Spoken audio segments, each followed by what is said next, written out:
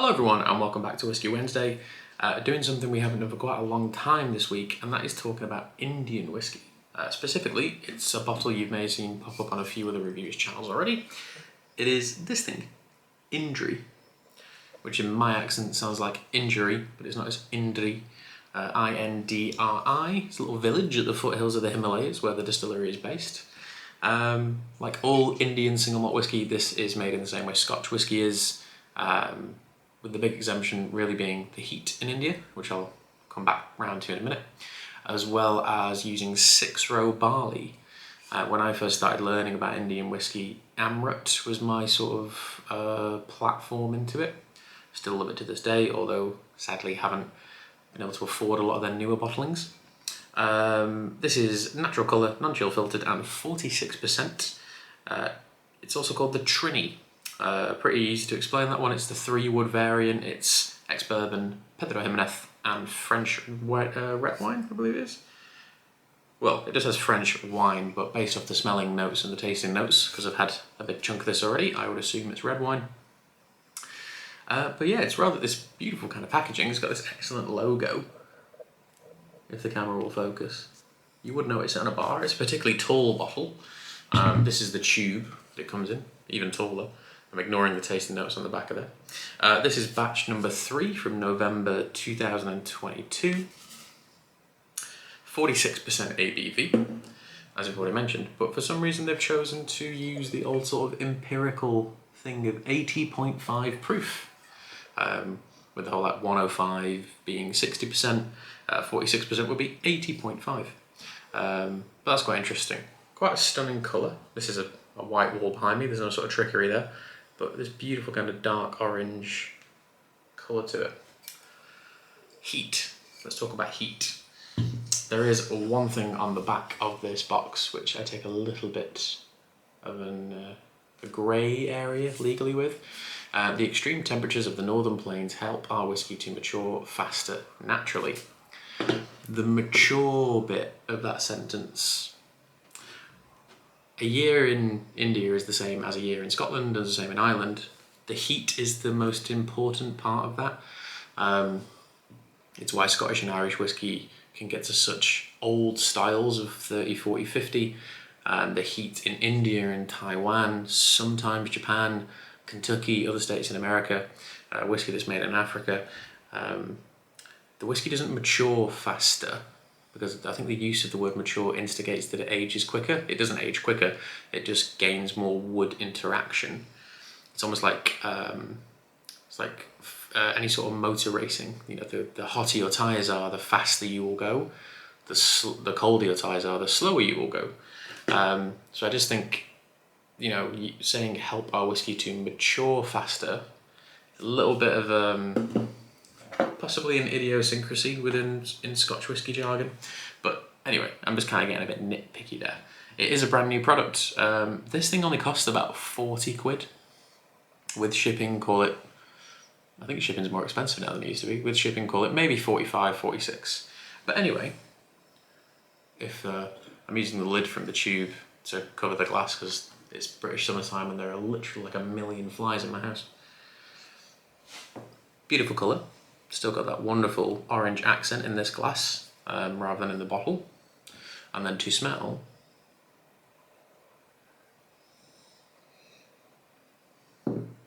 this thing is just a wave of red wine.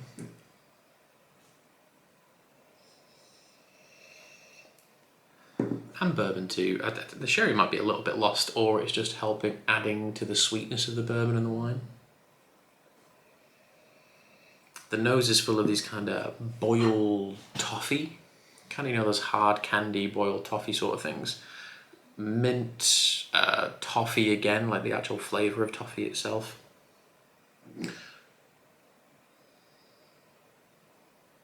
There's a really nice bitter lemon, like kind of lemon, like fizzy lemon drink, like bitter lemon soda, cloudy lemonade.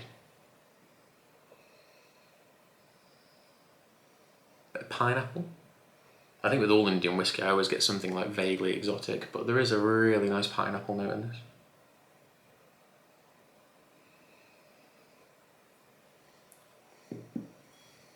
going back to the minty thing, like the boiled toffee with the mint thing, the mint's really cleansing. Like it's really sort of, I don't know how to describe it. You know, when you take like a lozenge or like a throat sweet to kind of clear out your senses, it's almost that kind of mint. But then mixing all of that in with the toffee just gives you these kind of natural, sort of sweeter aromas. But yeah, it's not peaty, it's not spicy, it doesn't smell overtly of alcohol. It's just very welcoming, very sweet and very soft. And you know, for the price point at 46%, that's pretty good. It really does accentuate all the way up your nose. Really kind of cleans the nasal passages, but not with alcohol, just with that very strong smell of mint. Let's taste it.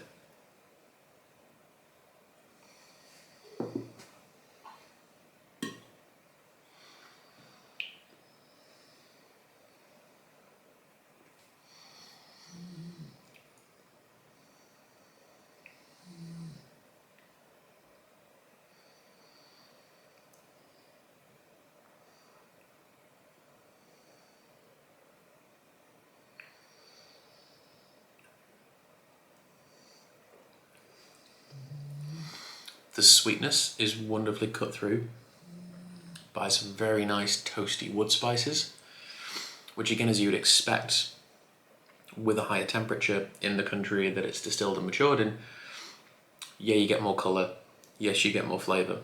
You are also going to pull significantly more woody notes out of those casks as well. And I will say, and I don't mean this in a bad way, it's 46% of the bottle, but it drinks more like 50. The finish on the thing has a real reminiscence to me of like Bottled In Bond Bourbon, like pretty much any of them, Evan Williams, E.H. Taylor. It has that nice toasty caramel, smouldering, soft woody thing to it. I really like the finish. The finish is really tasty. Let's go back to it.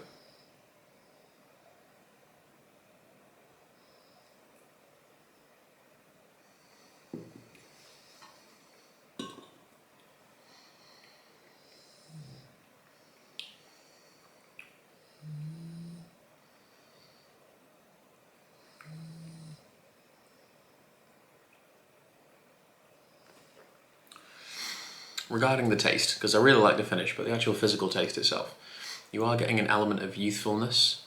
The first sip's pretty woody, but I must admit that's the first whiskey I've had all day, and it is only just gone 5 o'clock in the afternoon. On the second sip, there is that kind of, not vegetalness, but you do get this kind of youthful, spirity thing to it, which I do like. It is odd to taste that, given the fact it's matured in India and is in 3 different types of wood. I wouldn't really expect to taste that. You think there'd be quite dominant wood forces coming through that.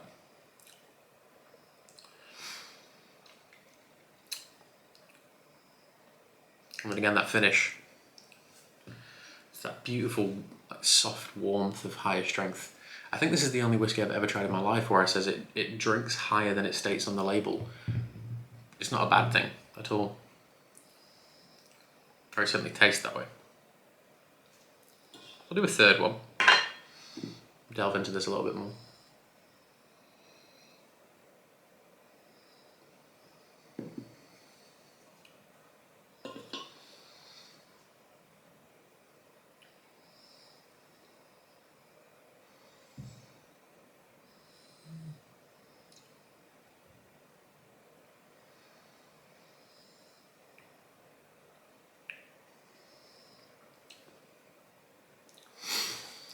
See, that's quite interesting because I'm not normally one to shy away from tasting notes at all.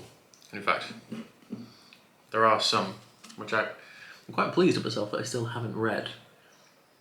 But there are some sort of rough tasting notes here. I don't know if the camera will focus well enough to get you those. This bottle's been hidden upstairs for a while, so I've not really looked at it. Or the box, rather. But I will say, I am struggling to pick up that many things on the palate. So, let's see what they actually say. Elegant richness, it's smooth and it's warm. I'd agree it's warm. Gentle spice and wood characters come through, followed by a nutty flavours and hints of burnt pineapple, citrus and raisin.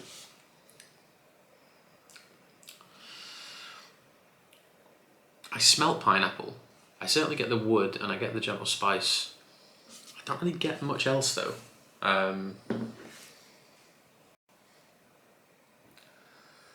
Like, it's a perfectly fine bottle of whiskey and it's very good for the money given the strength of it. And you know, most other Indian whiskey, some Paul John products are pretty affordable. I'm pretty sure Rampur was relatively affordable. I've not looked at it for a while.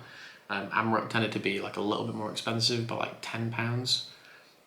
But I think if you want to try Indian whiskey for the first time, look no further really. This is pretty solid if you live in the UK for that kind of money.